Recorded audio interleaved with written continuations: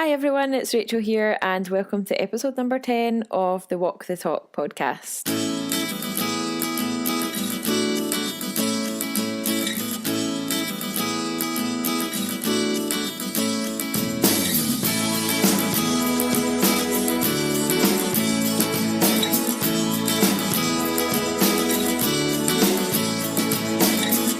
And welcome to the first episode in a little mini series of episodes that I am recording throughout November, speaking to people who have inspiring stories. So I thought, what better way to get you fired up for a new year, I know we've still got a couple of months left, than to interview some people who have some really inspiring stories. So I decided that I would start off by talking to fellow PT Dave Cottrell, who has an amazing weight loss and fitness journey to tell you about. I wanted to inspire you to take action in your life, no matter where you are at the moment and no matter where you want to go, and just to speak to people who have actually lived and breathed it, to give you some hope and to give you some inspiration to actually start your own journey to health, fitness, weight loss, whatever it is that you want to achieve, even if it's, something else like changing career or moving house or moving country or going traveling or just doing something that you've always wanted to do. So I wanted to create this sort of mini series to give you a little boost and a little bit of inspiration, a little bit of get up and go to do that. So without further ado, let's get into the interview with Dave, and I will speak to you at the end. Enjoy. Good morning, Dave. How are you this morning? I'm really good, thank you, Rachel. How are you? I'm very well, and one of the main reasons for that is that I'm already on my second coffee. I'm parked outside Costa, waiting to have one when we finish. Oh my God, we better get going then. So, I wanted to speak to Dave today as part of my inspiring series, as Dave is someone who has a really inspiring story when it comes to overall body transformation, both physical and mental. And I thought I'd get him on the show today to have a chat to you guys about what it takes to make a massive change, both physically and mentally in your life. So thanks very much, first of all, Dave, for agreeing to come on and share your story with us. No problem. Always happy to share. Yeah, so let's start from the very beginning. So tell me a little bit about where you were before you got into health and fitness, and then we can sort of work forwards from there. Okay, well, I think I was like the most unlikely candidate for it because in school, I was more of the kind of academic than the physical kind of person. In school, I was absolutely terrible at sports, and I went to school in Liverpool where the only sport was football. Apparently, I've been told since that I'd be suited to rugby, but Liverpool doesn't do rugby. Need to move to Wigan for that. Yeah, and so I was put in goal all the time, so got very little physical activity. And I was bullied because I was in a bad school. I was bullied because it wasn't a school where people knew the answers to questions. So, I'm not saying I'm a genius or anything, but it was the type of school that if you knew the answer to 2 + 2, you were probably a target. And after a while, I started comfort eating. So that was like something outside of school that I could control. And it was after I'd got attacked outside of school by someone who force-fed me grass. And yeah, off the back of that, I went weird about vegetables, and like I had this weird thing about not eating anything green for a while. And yeah, so I just became. Then that was the point that all the exercise I got was outside of school, and then after that happened, I just stayed at home and got bigger and bigger. I called it eating a cup of tea, which is where you get a pack of custard creams and you use the entire pack to drink the cup of tea, and then there's actually no tea left because you've soaked it all up. And by the time I was kind of 15, 16, I was already about 18 stone.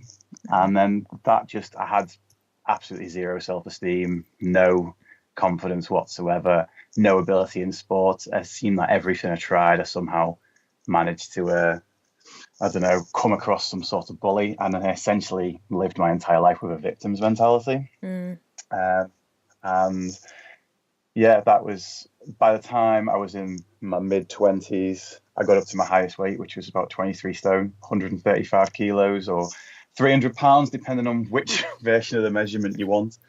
Um, I wouldn't say I actually hit rock bottom with it. I need a drink of water.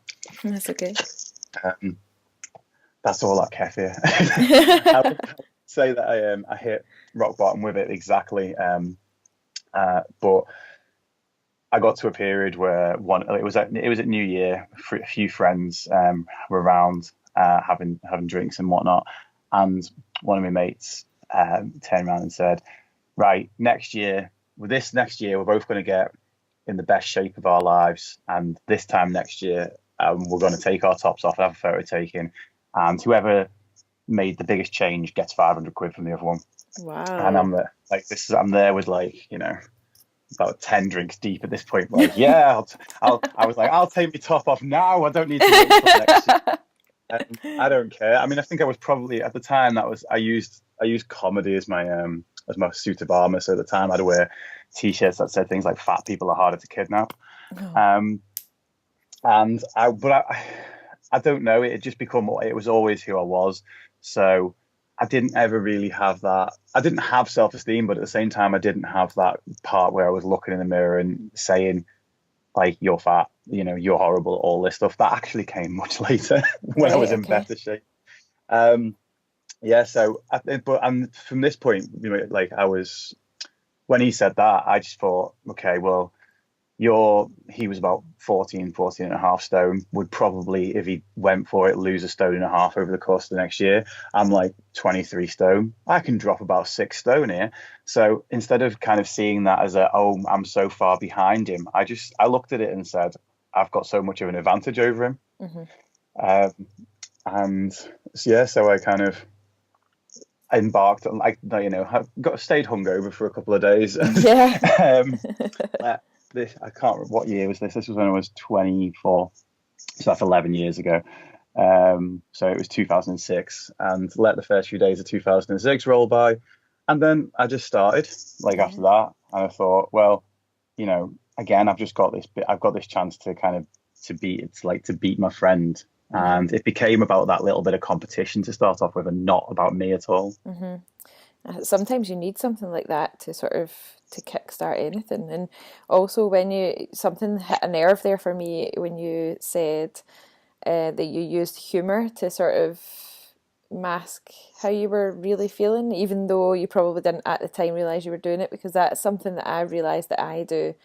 When I am when I'm going through a bad period with anxiety or depression, I use humor to sort of almost try and portray that I'm kind of feeling fine or that I'm normal when I'm actually not. And I think a lot of people might be able to resonate with that when it comes to, if you're unhappy with anything in your life. When you actually look back, that's something for me that I thought, God, yeah, that is so me. I come across as being, the funny one, the one that's always cracking jokes, but that's just to cover up something else completely. Yeah. I mean, I think for me, it was a case of, if I made the joke about it, then it took away everyone else's power to. Yeah. So if I go in and I'm almost kind of wearing my fat as a badge of honor, then no one can actually ever kind of make me feel bad about it. So it was massively a suit of armor. I mean, there's still certain parts of that I do in life, because I mean, I have stress, depression, anxiety, the whole full works. I mean, I've got type 2 bipolar disorder, but with anxiety, if I've got to go and speak and meet a room full of people, I'll just go in and be the loudest person in there and joke around, and everyone will be like, "Oh my God, he's so confident." It's like, I'm not. I'm using that as a way to kind of almost break the ice as a bit of a defense mechanism. So humor's, and with all the people I've spoken to, it's a big one. I think a lot of people do it. It's like we just hide behind those jokes. Yeah, definitely. So you embarked on this journey on the 3rd of January, 4th of January. Well, you woke up and you were like, right, I'm going to win this. Yeah, and at the time, I didn't, apart from kind of reading a few copies of Men's Health and whatnot, I didn't really know what getting in shape involved. Like so I went with the wonderfully over simple method of eat less, move more, which I work as a PT now, and the one thing I want to make sure I do is not take people on the same journey as I went on. People come to me because they want the same journey as what I went on, and I'm like, no, you trust me, you don't want that journey. Because eat less, move more was fantastic for a little while, but then there comes a point when you can't eat any less, you can't move any more, and you exhaust yourself. That was quite a while into the first like year for me. But what happened, I think, by about March is I think I'd already lost 3 stone by March. And for the first time in my life, I was getting compliments, and this felt really, really nice. And I could see my friend Chris, he hadn't lost a pound by this point. And I'm like, right, I'm already cruising. And I was like, that's it. I've pretty much won this now. And in my mind, I think I could have given up then, like quite easily, and just plateaued there, stayed at that. I was kind of about 19 stone, like about 20 stone. You know, I'd come down from 48-inch waist to, well, borderline on a 50-inch waist. So I'd come down to about 44-inch waist. I could actually buy clothes in shops other than High and Mighty. And yeah, I think at that point I could have quite easily given up, but I'd already started to see the difference in how I felt, the difference in how people were actually treating me. Like the amount, as I say, for 24 years at this point, I'd received very little compliments, and so compliments became like a bit of an addiction to me. And it's like I was like, okay, I'm going to keep going. I'm going to continue down this path, continue doing that, and see how far I can take this. Really. Yeah, and when you said you just went with the eat less, move more protocol, shall we call it? What exactly did you do? It started off. I always wanted to do something fun, and that's one of the things from early on that I still stick by now. Is like have part of your training being something you enjoy, if not all of it. I know you absolutely love your CrossFit, so yeah. It makes it so much easier to do. It does, yeah. It never feels like a chore, really. So I started with rock climbing, and we used to. I went with another friend there, and we used to joke about over time again about how the number of sandbags he needed to be on the rope for me was reducing and stuff. And yeah, I could never do like the really difficult routes, but what I was doing like the easy kids routes, but I was doing them like I'd do like up and down the route 5 times, and then he'd go and do one of his difficult routes like once, and then I'd go and like do like another 5 sort of sprints of rock climbing, and I did that 3 times a week. That was the only kind of out of the house thing I could bring myself to do. I couldn't bring myself to be in the gym. I felt the kind of stereotypical things that I have to talk my clients out of now, that I don't belong there. Everyone in there's looking at me, like everyone in there's super fit, and that the gym's for people that aren't me, and it's like I won't know what I'm doing. So see, I find that really interesting, because I think a lot of the time when people want to lose weight, the first thought that they have is, oh, I better join a gym, whereas you don't have to join a gym. Like, you've just given me a great example of something that you can go and do that's got nothing to do with structured exercise, gym exercise, or gym classes, or having to face that fear of walking into a gym for the first time. You don't need to do that. Yeah, I know. It's like, but I come across the kind of exact opposite. A lot of the times I get a lot of people say, I need to lose weight before I join the gym. I was like, oh, I want to do PT sessions, but I want to lose some weight first. And like at that point, I'm obviously I'm not this blunt when I say it, but at that point, I'm almost like, right, go and lose weight, and then give me a call then, because I can't do anything for you now. But obviously, I'm more often than not, I kind of obviously try and say, right, well, let's work from where you are now and talk about that. And I'm not, I'm actually, considering I'm someone who works in a gym, getting someone into a gym is not my first move. It's like, it's finding out what they will stick to. Well, I mean, I think obviously the big theme about my journey is going to be that it needs to be things you can stick to, or it needs to modify as it goes, really. And it needs to be something that you enjoy. So if you can tell someone really doesn't want to be in a gym, it's like, great, don't be in a gym. As you said, there's so many different things that you can do. So yeah, for me, I just didn't feel ready to be in a gym at that point. I'd been in them before and lasted sort of like 2, 3, 6 weeks, and I just knew that I wasn't going to do that. And again, this is a part that's kind of changed about me now. Is what I did then is I bought some home gym equipment. I bought like some dumbbells and I bought a cross trainer. I kind of justified it in my head that the amount of gym memberships that I've wasted in the past, where I've left them running for 6 months and all the rest of it, it's like the cross trainer was a worthwhile investment. And to be fair, it really was, because I had it set up in my bedroom. I was suffering from my depression really bad at that time. Wasn't really wanting to kind of leave the house much anyway. The only time I left the house was to go to college, and then I'd get on the way back from college. I'd do rock climbing with my friend on the way home. And if I didn't go into college, I wouldn't go just to do the rock climbing. So so I had this cross trainer, and I was watching the OC, which is a wonderful show, on my laptop, and like wishing I had their lives in California despite the drama. Didn't we all? But I'd start off and I'd get halfway through an episode on this cross trainer, but then by a couple of months down the line, I could watch 3 episodes. So I'd be on this cross trainer for a full 2 hours. I'd get off it, and my feet would be numb.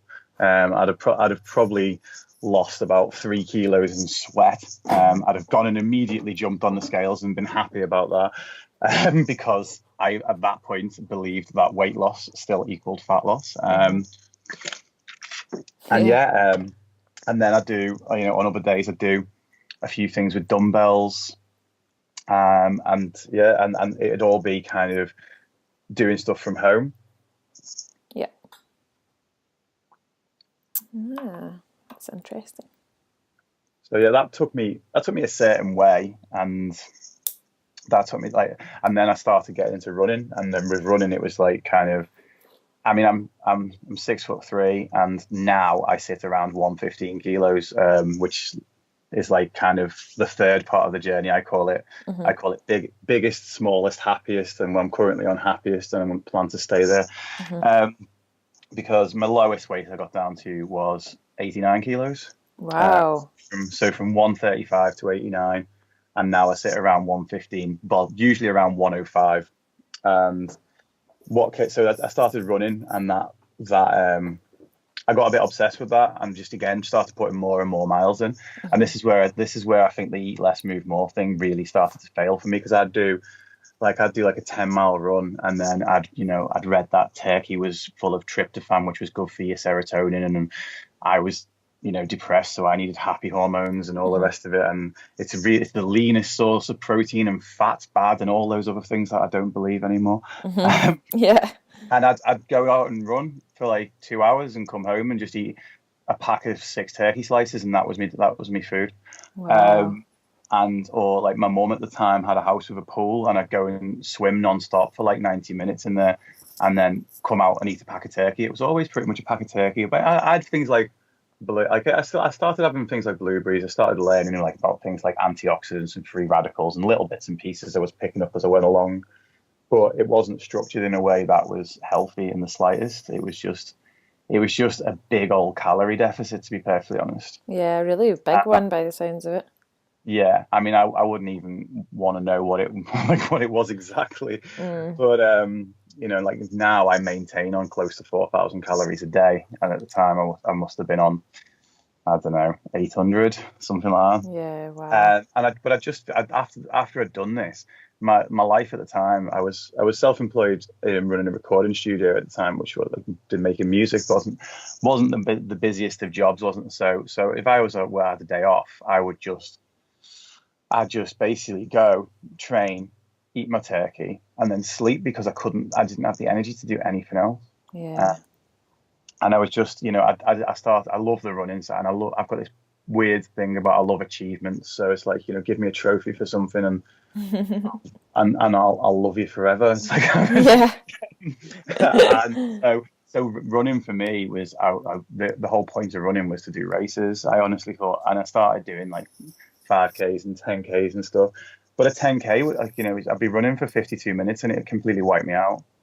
And because I was determined that I was going to get below 50 minutes, and at the time, like my family would be around for a barbecue and I'd just be sleeping through it Oh because I was God. just literally running myself into the ground. Wow. God, it Um, sounds quite familiar. I think I've spoken to a lot of people that think, that was my next question to you when you said eat less. Like, how did you go about that? Did you literally just stop eating? Like a lot of people just like that. Just they have maybe one thing or two things, and then they become that's the two things that they eat, and that's it kind of thing. Was that it it or was quite it in the was pretty much beginning along those quite lines. Yeah. extreme? Yeah, definitely. I'd I bought a steamer and I had a lot of steamed chicken, steamed veg, and steamed fish, and that was sort of my dinner. And throughout the day, I can't even remember what I had for breakfast back then. I'm not sure if that was a point at the start, just having a protein shake for breakfast. Yeah, But I'm not even. I think that might have even been before I even realised the importance of protein. But yeah. but because that didn't come until this is like what I refer to as kind of like phase one. That like the knowledge part is what is like when I started really getting to grips with what was actually going on was like phase two, which was because this part got me down to I think 17 stone. Mhm. So so I lost kind of 6 stone in that period, but no matter how much I ran at that point or how little I ate, that weight did not go any further down. Mhm. How Uh, long? How long a period of time was that then that got you down? it it was 6 months. 6 months. Yeah, I was like, I was convinced that I was going to continue to lose a stone a month because, like, it seems like it seems good to pluck some arbitrary number out the air and just go, that's my target. Yeah. Forget whether it's healthy or sustainable. Like, as far as I'm concerned, I was even going off silly things like, your BMI and like at my height, my BMI should be about 13 stone in the like um to be in the middle. And so at 17 stone, I was still technically obese. In fact, actually at that point, because I started was fainting and like passing out a little bit. I went and saw the Oh my doctors, God. and they were like, because of the rate that you've lost the weight, you are currently, medically speaking, anorexic. Oh my And God. so I'm anorexic and obese at the same time. And it was like, well, pretty much. So because of how I'd lost the weight so fast, Yeah, the and behavior. it was anorexia, and because of where I was on the BMI, I was like, I was obese. So that was a bit of a head fuck to say the least. Yeah, I bet it was. Bloody hell. um, but yeah, I think at that point, what I applied for the London Marathon, and I was just kind of really just trying to pound the miles up, and all I wanted was that big achievement, and I'd set myself the target of doing it before I was 30, Hmm. and I was 25 at this point, so I knew that if I just applied you get in the fifth year if you apply 5 years in a row. Ah, I Um, didn't know that. so I was like, well, I'll be able to, as long as even if I don't get in this year, I'll apply next year. I'll apply next year, and the last year I'll be running it, and I'll be 29. Oh no, I'd have been 30, like so when on the last one. Hmm. And then the letter came through saying that you didn't get a place, Hmm. and I literally stopped running that day. Oh wow. Some in my head, like I didn't have anything to run for anymore, and I guess I thought, well, I'll apply the following year. Hmm. But I suppose I'll pick running up closer to that because when the deadline's further away, you're Yeah. less likely to work on it. So yeah, and then I basically just hovered back to about 18 stone and stayed there for about 3 years at that point. Hmm. Okay. And then I suppose there's a phase two then, if there was a phase one. There is a phase two. So yeah, phase two is when I started getting really geeky about it, and I like at this point I still hadn't really stepped foot inside a gym, and I'd bought this, but I had bought a multi gym for home because I wanted to kind of do more exercises at home still wasn't ready for that, but I found myself just like I wasn't doing the rock climbing anymore at that point because I finished college, and I found myself really kind of out of touch with exercise again. Hmm. And then I think because I'd had this sort of, I walked around with this victim's mentality as a kid. I figured to myself the best way to get over that would be to go and learn a martial art and become powerful and become strong. Mm-hmm. So I went to an MMA club. Like this is I call this going to the buffet to find out what meal you want. I did it later on with CrossFit and Olympic lifting as well. Uh-huh. Is I went to the MMA club and I was like, okay, you got jiu-jitsu in here, you got boxing, you got wrestling, you got Muay Thai, and I was like, after a few weeks, I was like, I like this Muay Thai thing, and I'm going to go and do Muay Thai. Mm-hmm. So I went and joined a Muay Thai club, and yeah, in order to fight at Muay Thai, which again I wanted the medal, I'm so predictable. Yeah. And, I'm just going to start giving myself medals for business, I think. Then I'll get stuff done. Yeah. Give me one as well while you're at it. And yeah, so I started with Muay Thai, and I was doing that. And I just remember being like the shy one at the very back of the class, and over time, like I ended up doing that till I was like one grade below being an instructor. And then as for fighting wise, it was always a case of like you need to get your weight down in order to do it, and the goal was 90 kilos. And at this point, I was about 117. So I thought, right, I'm gonna have to take this seriously now. Start thinking about it. If I eat too little, I'm gonna like not be able to perform at my exercise and all the rest of it. So I started kind of like looking into various different diets, and I actually went low carb for a really long period of time, which again worked extremely well from the weight loss point of view. From my mental health point of view, it made my binge eating worse over time. Yep. So again, it's like if someone ever goes low carb and they want my advice on it, I'm like, okay, it can work, but you know what? Actually, if you can moderate with the carbs and if you can control that, it's like it's going to do more for you psychologically. However, it worked. It really did the job in terms of that. And what I'd done then is I finally decided to join a gym, and I started doing compound lifts. And so in with my Muay Thai training, which I was doing about 5 times a week, I did 2 or 3 sessions in the gym, and it was literally just basically powerlifting, I guess. I wasn't spending. Have you ever seen Tim Ferriss's book, The 4-Hour Body? No, I haven't. It was he was like, these are the lifts that have the maximal effect on testosterone blow. Like, you know, it's probably pseudoscience. Yeah. However, that it was a kind of a minimalist approach to things. So the amount of time I was in the gym, I'd go in, I'd warm up, I'd do a few maximal sets of 3 rep max on, say, deadlift, and a few 3 rep max on bench press. And then I'd do that again later in the week. And in between, I had a kettlebell at home, and I was doing 80 swings in as few sets as possible 3 times a week.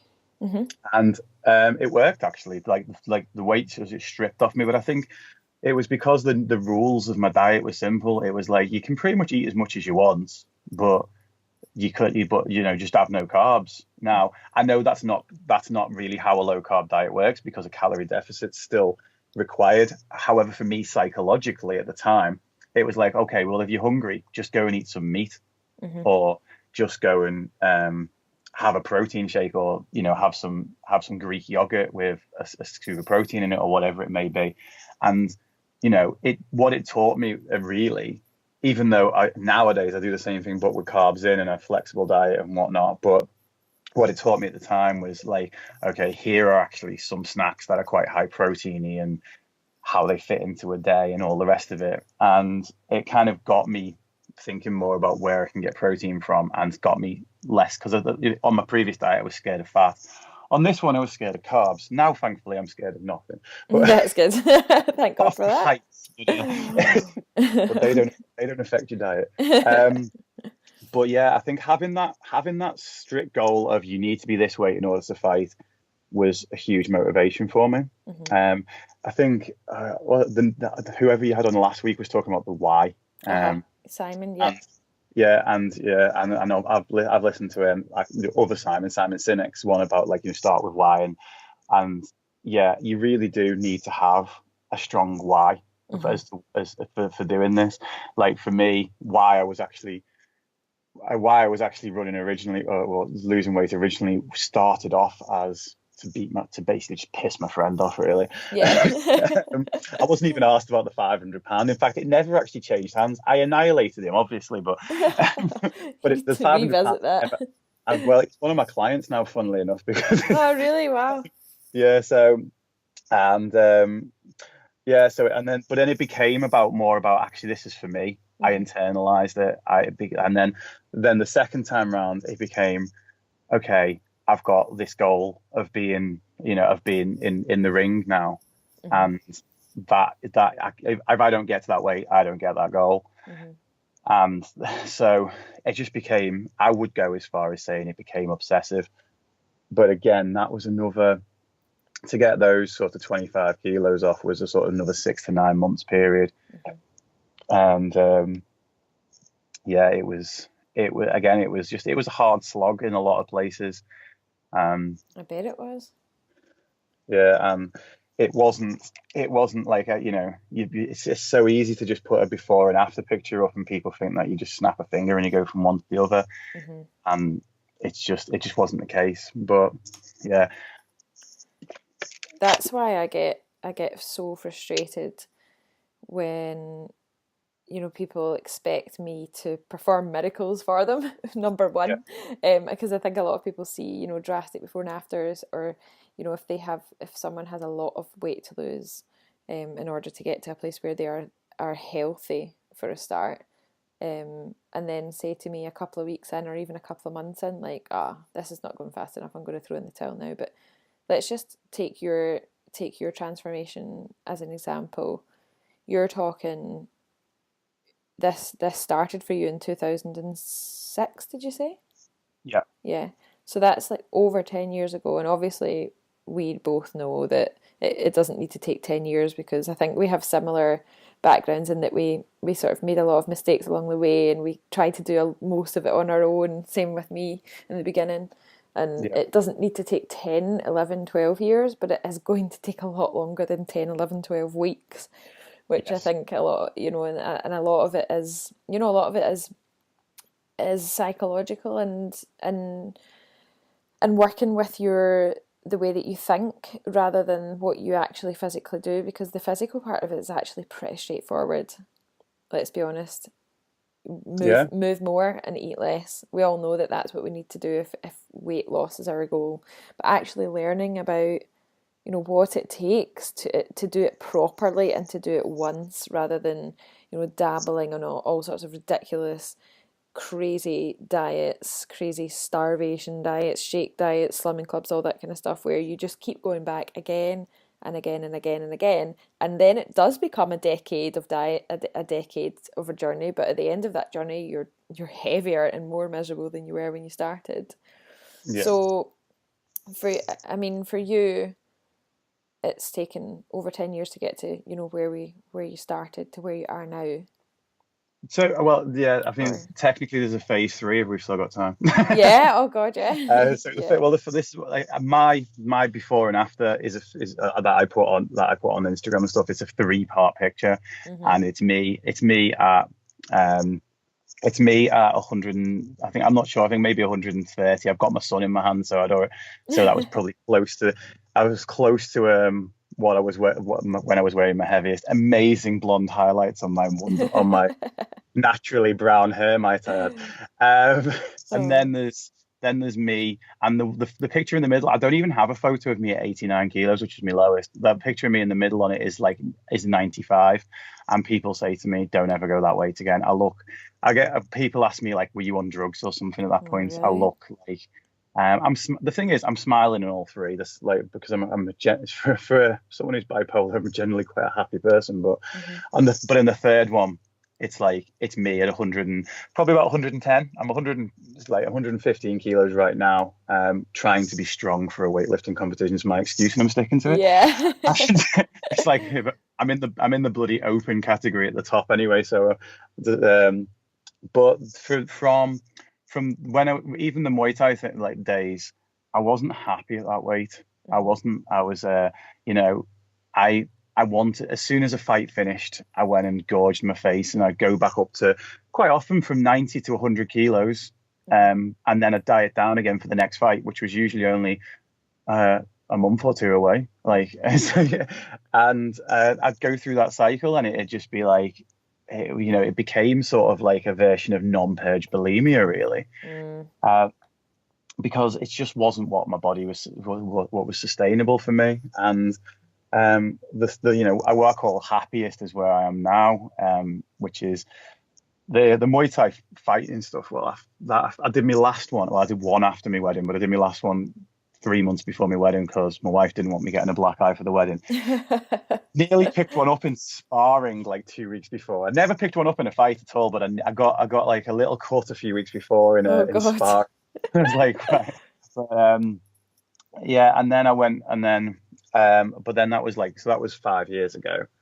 And from the so that yeah so the whole weight loss phases of the diet, they took sort of 6 months, but by not learning how to do it correctly, the repercussions of it was what made it take those years. Each section that took about 6 months. Now I don't really see it as a sort of start and finish. I see it as an ongoing, evolving process, and it's like I'm learning. I'm learning more every single day, but it's more the effect on my mental health that's been what's happened in the last sort of few years. In fact, I've just started to set the goals for the right reasons. It's like really kind of understand what motivates me, what keeps me happy, having periods where I actually go, you know what, I'm going to eat more for a few weeks, and instead of it being okay, oh, let's get this in, let's get this over with, and then let's change again, I'm just going to be like, you know what, I'm going to be happy while I'm doing that. And it's like, it's the whole happiness is a choice kind of paradigm. It's like nowadays I don't beat myself up for anything anymore. I don't have a tendency to binge eat anywhere near as much. My mental health is a million times more stable. Apart from a lovely little 3-month blip earlier this year, it had been stable for 5 years straight, which was just like the first time it's ever happened. And yeah, it's the thing is, I call it about like, and I told you before we spoke, when we spoke off air, I suppose before.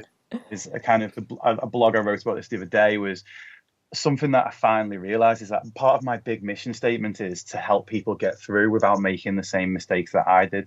And you know what? I think I do that a bit too much. And I'm the kind of, I put it as the analogy of as either being a tour guide or someone who just drops them at the destination. It's like I'd tried to kind of, people have come to me and said, how did you do this? How did you get that? And I'd basically try and get them there in the fastest possible route without letting them make the mistakes, without letting them internalize things, because I didn't want them to go through the 10-year process. Now, I can narrow that process down to a year, but I was trying to narrow that process. I was trying to do what they wanted and narrow that process down to 1, 2, 3 months. Yeah. It's just not, because really any journey it relies on what you put into it, not what the person who's guiding you does. Yeah. Oh God, do you know what? You have hit the nail right on the head there. Totally agree. Can you say that again? Say it again. I was going to say I'm like, that's the first time I've said that one as well. I'm like, I'm keeping that. Yeah. Any journey relies on what you put into it, not on what the person who's guiding you does. I think we can finish there, right? Bye. No, kidding on. No, I think that's such an important thing. That's why one of the main reasons why when I first started coaching people, oh God, how long ago now? 5 years ago, 1-to-1. I used to give people what they wanted. I'll coach you for a month. Yep, I'll get you a great transformation. See you later. Then it was okay. That's really not going to work. So let's go for 3 months. And now my minimum coaching, when someone comes on board, I say the minimum that I can work with you is 6 months, regardless of what it is that you want to achieve, because I know, and luckily we've been through it. We know that it takes a lot longer than 4 weeks. It takes a lot longer than 3 months. Not only to make a physical transformation, because if you come to me and you want to drop a lot of weight in 3 months, yes, we can do it. Yeah, that's fine. But that's not going to be a permanent change, because it requires you to actually go away and do a lot of things on your own as well, and over a longer period of time. And like you say, you have to get used to enjoying the learning process and not constantly having in your mind the final destination, because as at the end of the day, like for me and probably for you as well, like is there a final destination? Is there like an end date to all of this, or Well, I mean, when does even the if when even does if that there even? is, you spend more time on the journey than you do at the destination, don't you? So you Yeah, need to enjoy that part. yeah, exactly. You've got to find something that you enjoy doing. That yeah, okay, we're not always going to wake up in the morning and feel like doing it. Like Yeah, there are plenty of days where I could quite easily not go to training every day or every 5-6 days a week, but it's once you get there it's not too bad, but so yeah. This is another one that I wrote about recently because like I with suffering from depression myself, it's like even when you don't suffer from depression, it's actually really the same processes. We focus on what the work that's in front of you rather than how you're going to feel afterwards. oh yeah, And the very first step is focus on how you're going to feel at the end. For yeah, me, it's like if I don't want to do a training session, it's like focus on how you're going to feel when you've done this, the satisfaction that's there. Because right now, the idea of getting off the couch or whatever it may be, for me sometimes because I'm already in the gym, the idea of staying in the gym for another 2 hours hmm, is like the last thing on my mind. It's so much easier to walk out and go home than it is to kind of set that bar up and lift my body weight above my head. But yeah, but that's yeah, that's great advice. Like that's exactly how I think when I don't feel like doing something because my mood is really low, or I'm having a bad day with anxiety. I don't think about what needs to be done. I think about how good I'm going to feel afterwards, and yeah, that gets me out the door every single time. I would say yeah. 99% of the time, not always, but 99% of the time, thinking about how good I'm going to feel after it's done Yeah, is the you've never got to the end of a workout and said, "I wish I didn't do that," have you? no, never, never, ever, ever. Maybe for the first 30 seconds after it's done, or Yeah. during it. Like, oh, when I was competing in CrossFit a couple of weekends ago, there was one workout where I actually thought, "Why am I here? Like, what am I doing with my life right now?" But it's not like that for most people. But then you got So, to the end of that workout, and it was and like, I felt I fucking did that. brilliant. I fucking did that. Yeah, yeah, too right, too right. So what are you doing now then? So you're completely um, changed your career? Completely changed your career? yeah, yeah, it was sound engineering. It's now. 3 years ago, started. I decided that I needed something that I loved as much as music, and the only thing I loved as much as music was being in the gym. Um, and I've always kind of like been the kind of the helpful friend kind of thing. In fact, one of the things I've had to learn as a coach is to ask more questions and give less solutions, because Yeah. I was always the friend who, like, 2 seconds into a friend's statement would be like, "I know your answer. It's this," and Hmm. again, bloody taking them to the destination rather than letting them do the journey. Very big natural flaw of mine. And so yeah, I started PTing 3 years ago. Decided I didn't just want to be the same as every other PT in the gym, so I did the BTN Academy, which is how I originally know of you. Yeah. Um, and yeah, loved that. Kind of met Ben and a few people through that. Like went to the kind of the body type nutrition seminar retreat, not retreat, this conference, and met a few people through there, and just started kind of networking, starting building a sort of tribe of mentors, and what like even I just from day one, I just wanted to get things. I was like, right, what can I do to kind of set myself apart from this? Hmm. And I was after that conference, I was listening. Jack, Ben's brother, told me to listen to a few different podcasts, one of which being Gary Vee, which has absolutely changed my life for the last 3 years. But Hmm. the other one being Shalene Johnson's Build Your Tribe, Oh, and I absolutely love that podcast. Oh my and there was God, I'm so glad I found someone else who has the same love for Shalene Johnson as me. and I on could one of listen her to her shows, all day. she was like, okay, you need to. One of her guests was like, you need to share every part of your journey, all of it. Like if like they were talking, like if you follow a particular religion, tell people that and don't be afraid. If you follow a sports team, tell people that and don't be like afraid or whatever. And I was like, what have I been holding back on? And I was on the way to a Phil Learney seminar. It's like literally on a geek fest this week, and I just pulled over at the side of the road and recorded my first ever live video. And it was just I just talked about how that from losing the weight and stuff, and getting the confidence allowed me to get more in control of my own mental health.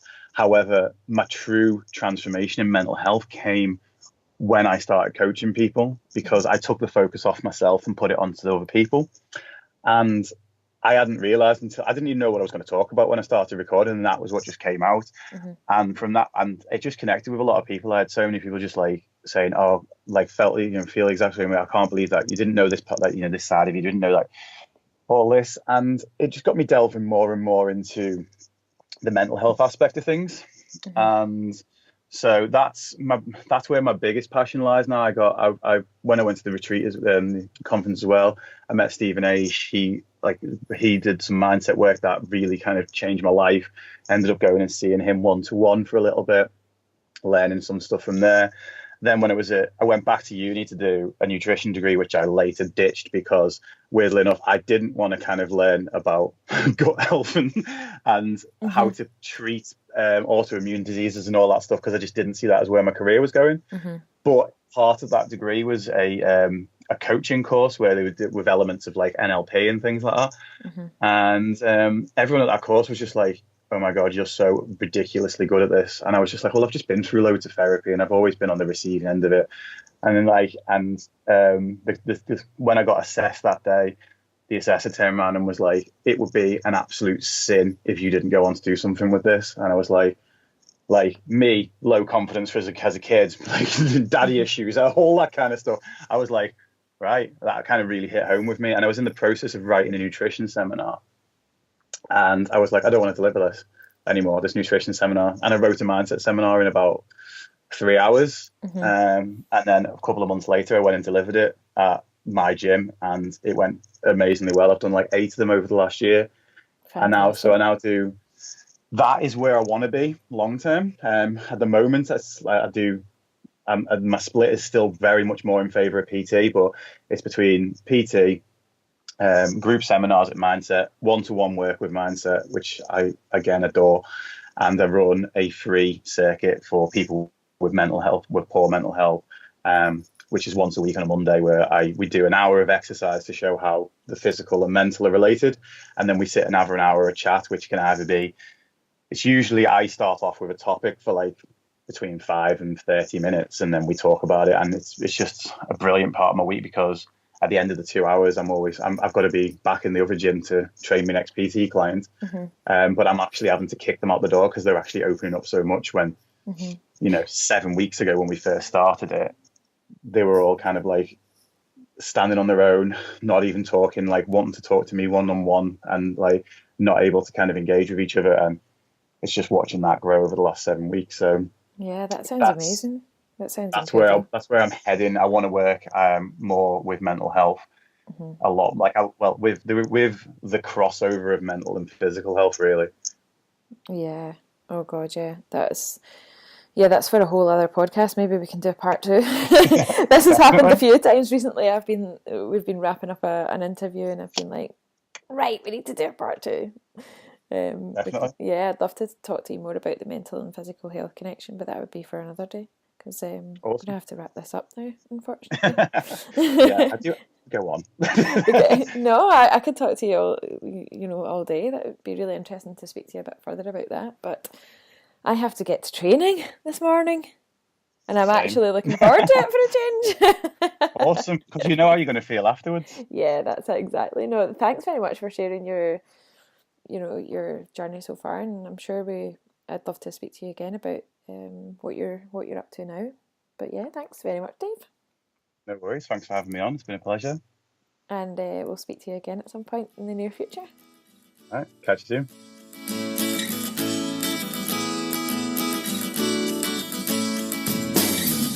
And a big thank you to Dave for that fantastic interview today. I really hope you have enjoyed it. I will link to all of Dave's social media channels and things in the show notes, so you can go ahead and see more of what Dave has to offer there. So I'll be back again next Friday with another inspiring story for you from someone that I think you will absolutely love to listen to. It's something completely different. So look out for that next Friday morning. Until then, make sure you head on over to my website, which is www.transform21.co.uk at the moment. If this story has inspired you to take action and to make a change in your own life, then Transform 21, my online weight loss course, is now open for bookings. This is an online global community, so you can take part from anywhere in the world. And the final group of 2017 actually starts next Thursday. That's the 9th, I believe, of November. And that is going to be the final group for this year. So it really is your last chance to work with me this year. So if you're on the fence, just jump over to transform21.co.uk and you can register for the group that starts next week. Otherwise, enjoy the rest of your week, and I will speak to you with another awesomely inspiring story next Friday. So hook up with me then. Any questions, as always, for the podcast, you can pop them over to me at rachel@walkthetalkfitness.co.uk. And finally, please leave a review on iTunes or Stitcher, wherever you listen to the podcast. It would really make a big difference and a big help to me and the podcast as well. And that's me over and out for another week. Have a great weekend. I'll speak to you next Friday. Take care.